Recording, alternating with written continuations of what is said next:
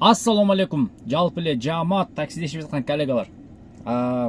Кечеги чыгарган видеонун астында көптөгөн комментариялар болуптур. Ар кимдин ою ар кандай болуп, бөлүшүп, анча-мынча таксопарктын ээлери деле жазыптыр. Тыйындын эки жагы болот деп. Тура эле. Тыйындын эки жагы болот.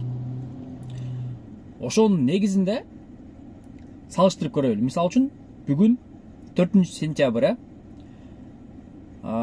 балким обучение онлайн болгон үчүн студенттерге заказдар болуп атат, бирок акчасы без коэффициент, мындай айтканда аз болуп атат.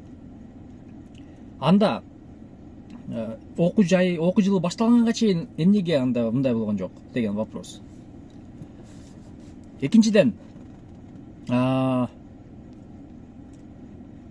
доход менен эсептегенде, мисалы үчүн, да, күнүнө өзүң машинаң болсо дечи, өзүң машинаң менен иштеп атасың деп кое берели.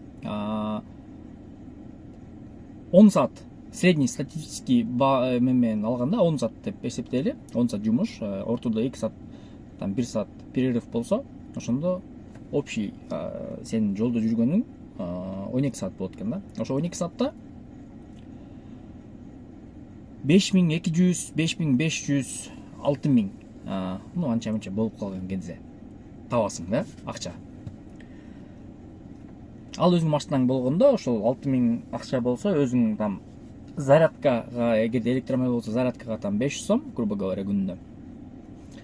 Бензин болсо там 1200 сом, газ болсо 1200 сом. Ошондо вычет менен 4200, 4500 чистый өзүң калат экен да. Ал өзүң машинаң болсо.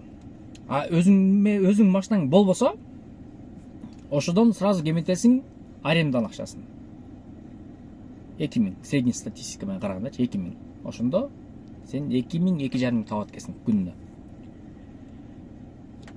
Аренданын акчасы Москвадагыдай. Мен башка шаарда болгон эмесмин, ошон үчүн ошо Москванын эмеси менен пример келтирем ар дайым. Москвадагыдай экен. Бирок жашоо андай эмес да. Заработокчу, жашоодо иштеп жаткан заработың андай эмес да. Расходтор, аренда, там бытовой эмелер, там баалар, продукталар, бүт нерселер как Москвадагыдай да. Эме тапкан акча анчалык эмес да, получается. Анан ошонун негизинде, мисалы үчүн, эмне үчүн мына эт монополиясын эме кылышты го, министерство карап туруп, там бир цена койду го, туурабы? 600дөн баштап 700ге чейин ушундай болот, же определенный бир сумманы койду да, мисалы үчүн, жана без полуфабрикатовторго караганда. Эмне үчүн ошондой бир ценовая категория кылышпайт?